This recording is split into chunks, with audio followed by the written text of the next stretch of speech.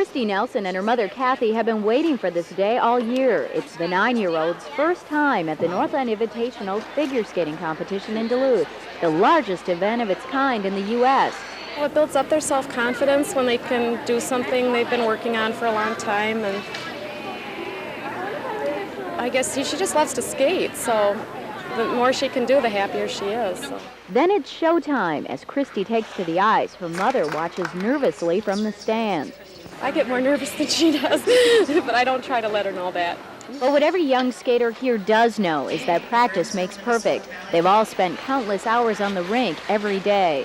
When you consider that they're on the ice about 20 to 25 hours a week, plus school, I don't know of too many other sports that put in quite that type of physical rigor, and this is all year long.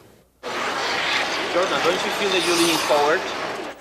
And with that much time and expense invested, these young athletes often feel pressure to perform. If your teachers give you a lot of homework or something and you have to get it done, but you have to go skating to get ready for the competition. So I guess it's a hard choice to make. Coaches say they try to avoid the pressure by focusing on the fun. And for Christy Nelson, who is excited just by the chance to compete, leaving today with a silver medal is just icing on the cake.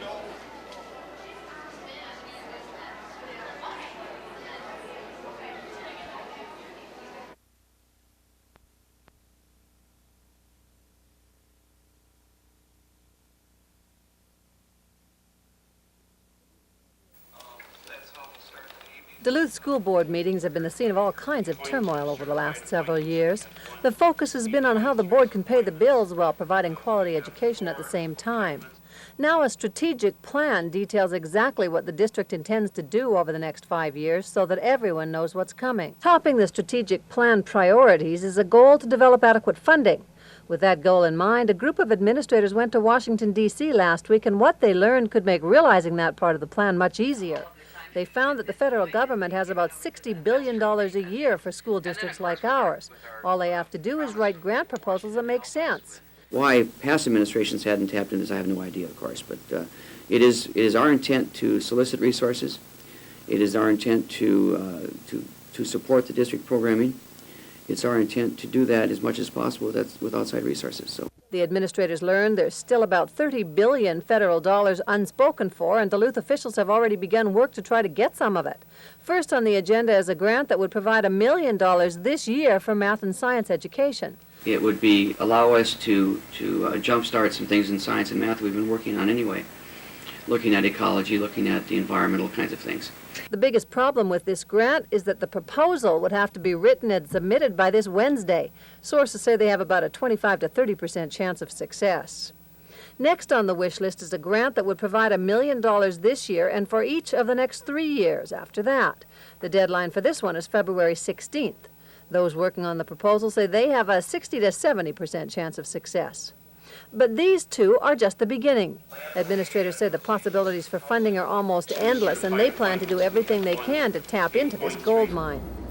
Getting their hands on some of those federal dollars is far from a sure thing for the Duluth School District. In fact, the only thing that is for sure is that the district is going to give it the old college try. In Duluth, Barbara Riles, News 6.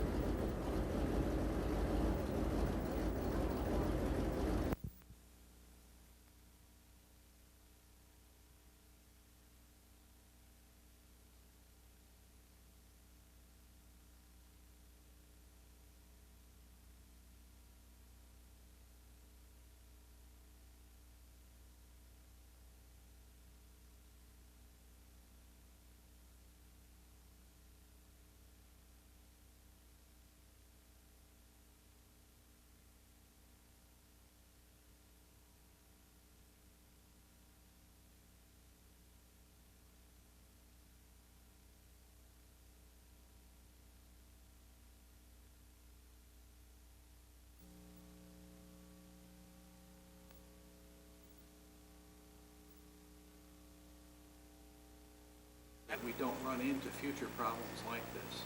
And it's going to, what we're going to do is approve and authorize meeting in February. A number of years. And simply you overproject revenue In other words, you get more cash in for cash flow purposes, and then at the end of the year or the following year, the state makes the adjustment on you and you get less cash.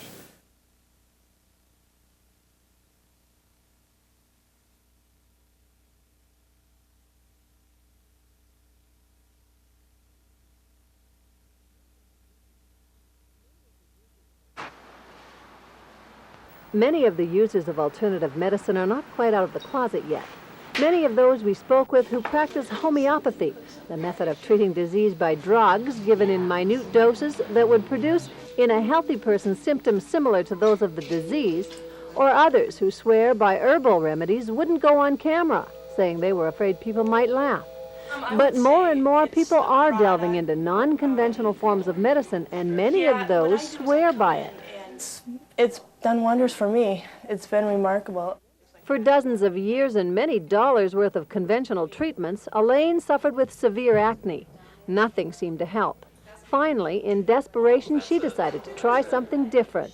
I didn't want to take drugs. I didn't want to put other types of medicines on my face, and I wanted to try to control it more in a natural way and with diet, and learn a little bit more about why I have acne. With guidance, Elaine began her walk into herbs and holistic medicine. She wasn't walking alone. The alternative store opened on Superior Street in Duluth a couple of years ago, and business has grown steadily.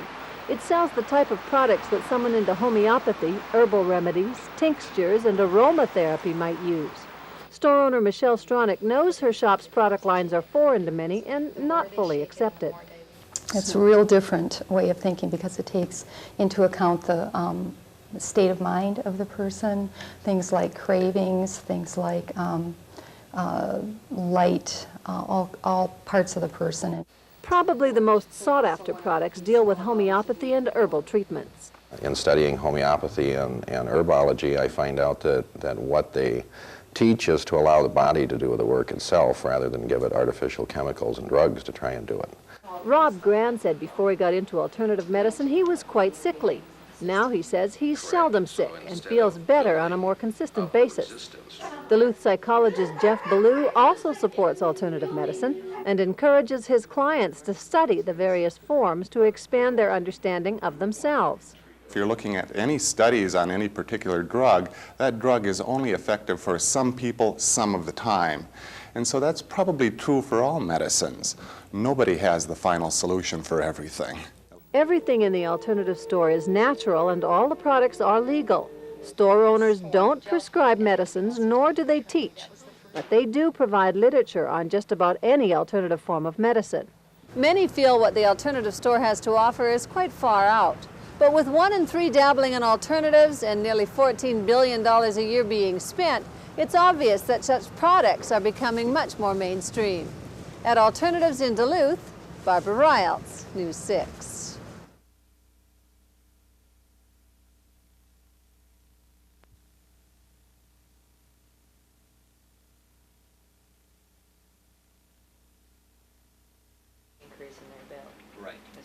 Haulers have seen an increase also in this part. I did my filing this morning, so that just means that I will be up to 7.2%, and then the addition. Are there other counties in the district that What the district has now said that we would do is that we would do another study by Dr. Peterson from UMD of what he believes the actual rates ought to be for the system we've got in place today. Haulers to their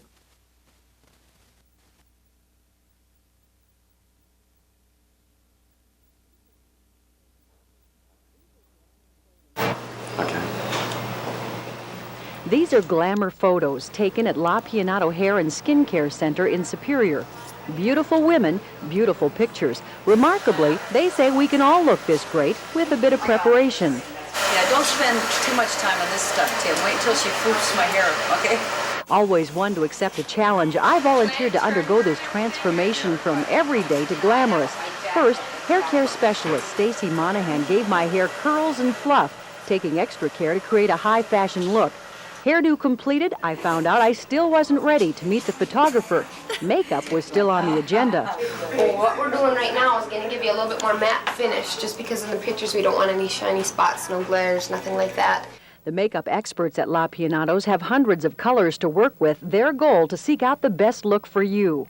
What we're going to do is go in and define and kind of contour some cheekbones, bring your eyes out, and bring the lips out. Them are the three most important parts to these pictures, so you don't want to dull too much out. Hair and makeup completed in less than an hour, it was time to meet professional photographer Dan Swanson. Dan has years of experience photographing everything from weddings to high school graduation pictures. Recently, he took a workshop on glamour photography. He and La Pianatos then teamed up to offer this latest rage sweeping our nation. Okay, bring your chin this way just a little bit. Tip a little bit. Eyes looking right. Bring your chin a little bit back. Right. For my photo session, I wore a favorite suit. Others opt for the more glamorous look of exotic fabrics draped as fashion. It was an afternoon of fun, and I'm looking forward to receiving my color photos next week. In Superior, Michelle Lee, News 6.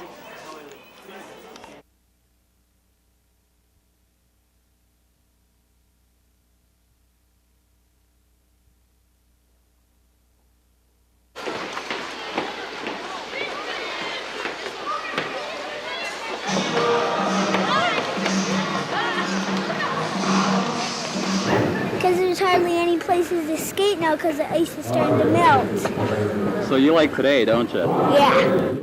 How come you're not out there? No, I skated last time they had one, and my ankles were a little older than I was, I think. So I brought the kids, and they can have fun today. I'm going to watch. Well, I think it's an activity where families can all get together and get out on the ice and have a good time together. This is our second one this year. We've got one more scheduled in March, and as you can see, the kids are having a great time.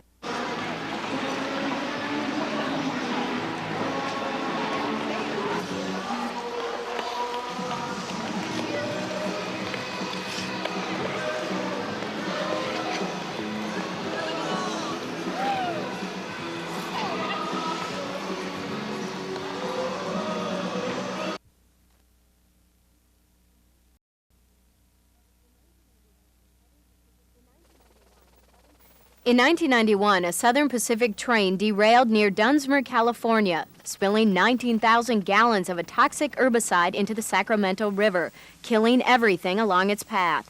1 year later, a similar spill sent a benzene cloud over the Twin Ports and caused the evacuation of thousands. You know, the Dunsmuir spill was nothing near as catastrophic as our spill. Experts say the Superior spill was far more toxic than the one in Dunsmuir. Still, a year and a half later, Dunsmuir is still coping with the effects. The city has seen an increase in violent crime. There have been reports of reoccurring health problems, and the city has received at least $700,000 in compensation from Southern Pacific to help rebuild its community and reputation. In contrast, Burlington Northern has paid Superior $96,000. I learned a lot on this trip. I learned that there are certain obligations by the agent that destroyed a part of the environment for a period of time and maybe forever. Back from his trip, Mayor Herb Bergson says he's concerned about potential long-term health problems. After talking to residents of Dunsmuir, he's worried about health problems developing here as they have in California.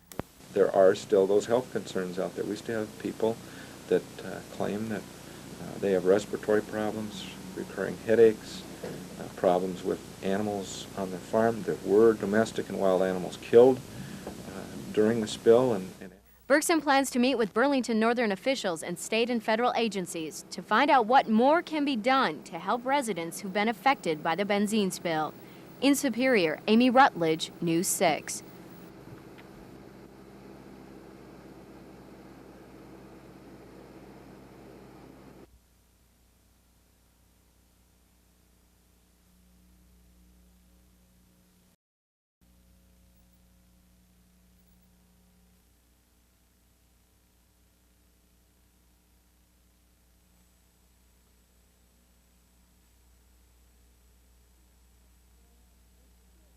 Been replaced by flash flooding.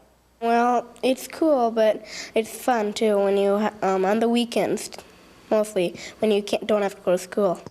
Well, I like skiing and sliding a lot. It's really fun, and I enjoy winter a lot. But You do? Well, that sounds good. Would you like to see it maybe a little bit warmer, though? Yes. I kind of like it. What do you like about this weather? I can stay in and do indoor things, and in the summer, my parents want me to go outside. Oh. Now, why do they want you to go outside? Are you getting in their way or getting in their hair or something? I watch TV. Watch TV. Well, there's nothing wrong with that, is there? Kind of. In moderation. And what do you watch on TV? Channel 6.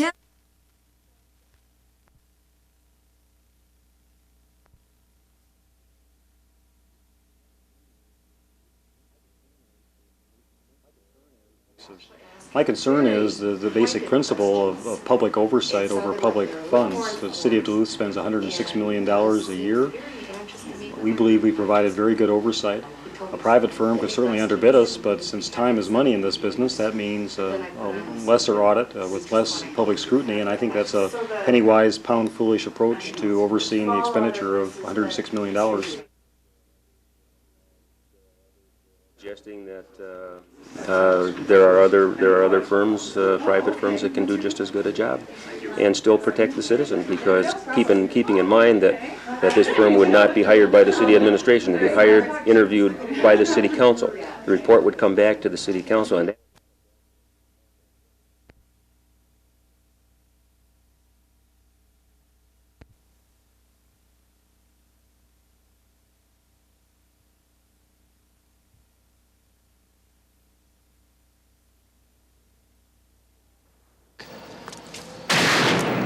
God. Oh, my God. Get the car. Oh, Jesus Christ. Teenagers are being fed a daily diet of violence, and what's frightening is that big screen entertainment is increasingly being played out for real.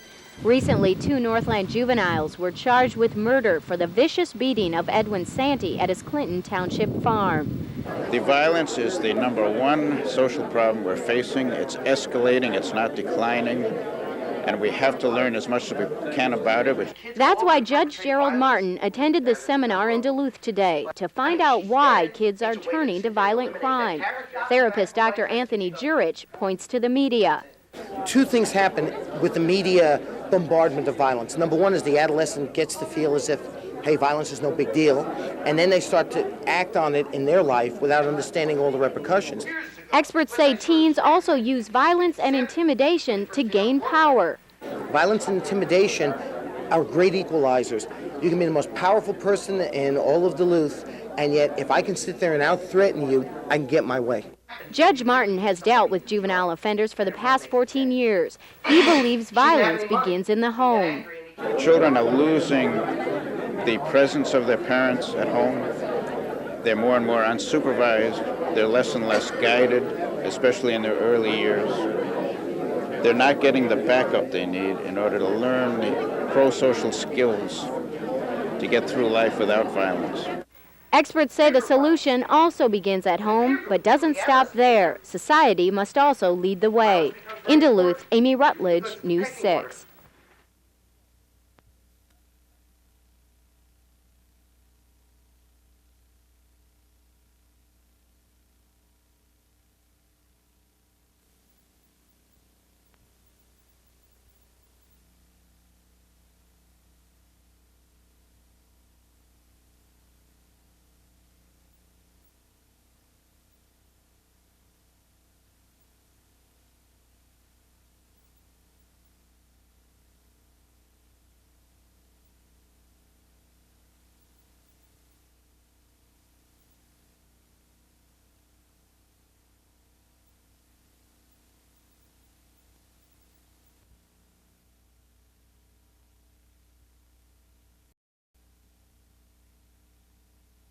Antenna. You just pull the little rubber ducky off here and replace it. His antenna is a telescoping antenna.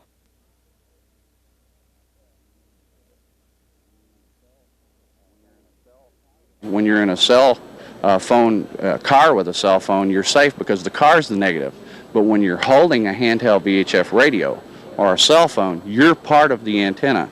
You may have seen in the Inquirer, they say put a piece of aluminum foil over your antenna. That doesn't change you from being part of the system.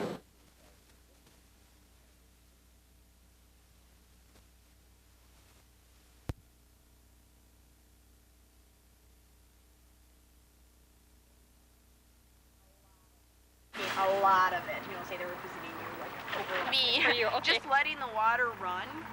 When I opened up my water bill, I was really surprised to see the information about the lead in the water, and concerned because I've always felt that Ashland had, very clean water, and I felt safe drinking it.